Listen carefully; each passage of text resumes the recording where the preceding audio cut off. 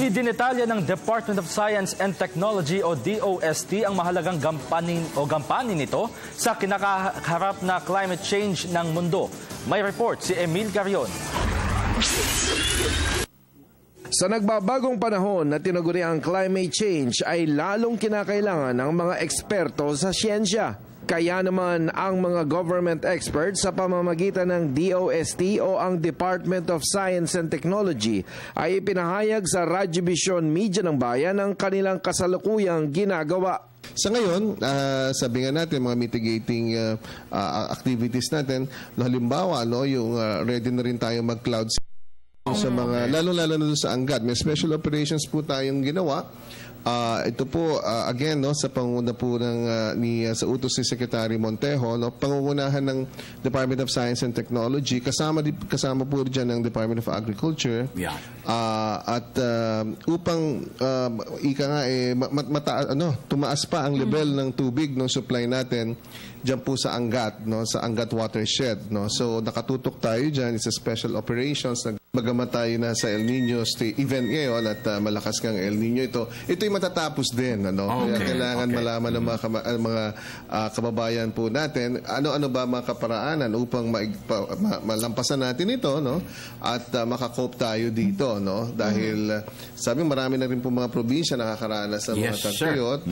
At tayo naman, ang pamahalaan, mayroong National El Nino Task Force na binuo, pinangungunahan niya ng NEDA, ni the Secretary Balisacan.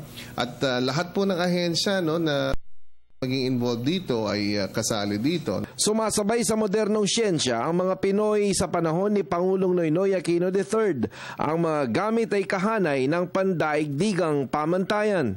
Even ito mga meteorologists natin ngayon. Kasi kung makikita natin difference ngayon, Ka Francis, napakarami nating impormasyon. At yung ating kapasidad, yung knowledge natin about this phenomenon, mas malaki na compared to yesteryears. Yes. So, ngayon ang ating, again, we're providing a 6-month forecast. We're providing a very site-specific forecast kung saan marahil uulan at gaano karami. And who've been doing this for the longest time then.